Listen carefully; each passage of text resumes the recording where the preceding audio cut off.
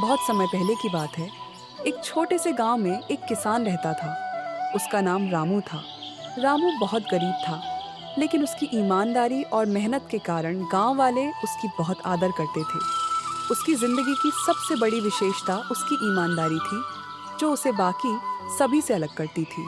रामू का जन्म एक गरीब परिवार में हुआ था। उसके माता पिता खेती बाड़ी करते थे, लेकिन उनकी हालत बहुत अच्छी नहीं थी। रामू बचपन से ही अपने माता पिता की मदद करता था। उसे खेतों में काम करने का बहुत शौक था, क्योंकि उसे यह काम हमेशा अपने माता पिता के साथ करने में खुशी मिलती थी। रामू का सपना था कि वह बड़ा होकर एक अच्छा किसान बने और अपनी मेहनत से अपने परिवार को समृद्ध करे। रामू का विश्वास था कि ईमानदारी और मेहनत से ही इंसान सफलता हासिल कर सकता है।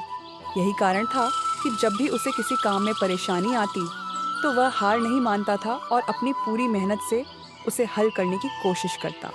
उसका यह तरीका धीरे धीरे गांव में सबकी आंखों में खास बन गया था।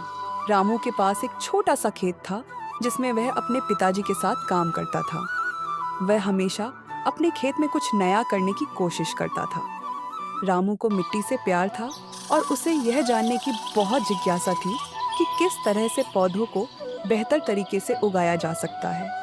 इसके लिए वह न सिर्फ पुराने तरीकों का इस्तेमाल करता, बल्कि नई तकनीकों को भी अपनाता।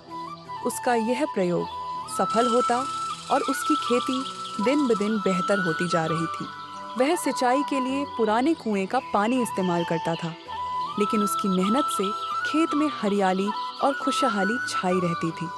उसके खेत में फसलें बखूबी उगती थीं। गेहूं, चावल, दालें और सब्जियां, सब कुछ रामू की मेहनत के कारण अच्छी होती थी। एक दिन गांव में एक बड़ी घटना घटी। गांव के बाहर एक व्यापारी आया, जो किसानों से उनकी फसल खरीदने के लिए तैयार था। वह व्यापारी रामू के पास भी आया और उसने रामू से उसकी पूरी फसल खरीदने का प्रस्ताव रखा। व्यापारी ने बहुत आकर्षक कीमत दी और रामू को लगा कि यह एक अच्छा मौका है। लेकिन व्यापारी ने एक शर्त रखी।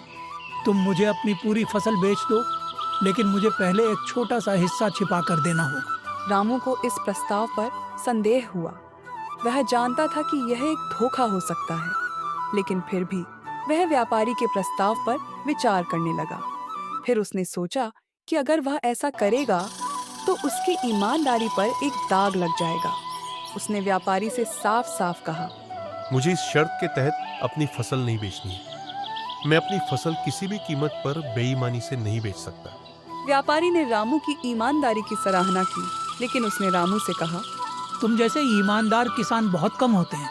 तुम्हारे जैसा आदमी मुझे कभी नहीं मिलेगा। तुम पर ध्यान रखना होगा कि दुनिया में हर कोई तुम्हारी तरह ईमानदार नहीं हो।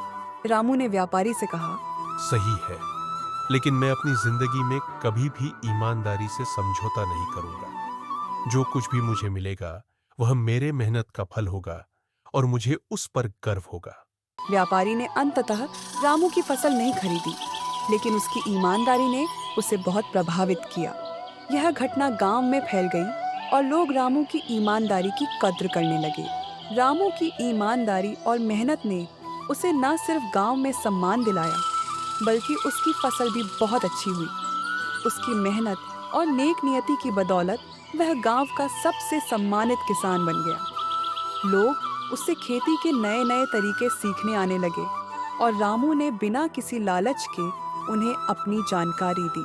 कुछ वर्षों बाद रामू ने अपनी फसलें और भूमि बेचकर एक बड़ा कृषि उपकरण खरीद लिया और उसने कई गांव वालों की मदद की, ताकि वे भी अपनी खेती में सुधार ला सके। उसकी ईमानदारी और लगन ने उसकी जिंदगी को एक नई दिशा दी थी। अब वह सिर्फ खुद का नहीं, बल्कि पूरे गांव का भविष्य संवार रहा था। रामू की कहानी हमें यह सिखाती है कि ईमानदारी और मेहनत से ही इंसान अपनी जिंदगी को ऊंचाइयों तक ले जा सकता है। उसे किसी भी परिस्थिति में अपनी नैतिकता से समझौता नहीं करना चाहिए। जैसे रामू ने अपने जीवन में कठिनाइयों का सामना किया और ईमानदारी से कभी भी समझौता नहीं किया, वैसे ही हमें भी अपने जीवन में सही रास्ते पर चलने की प्रेरणा मिलती है।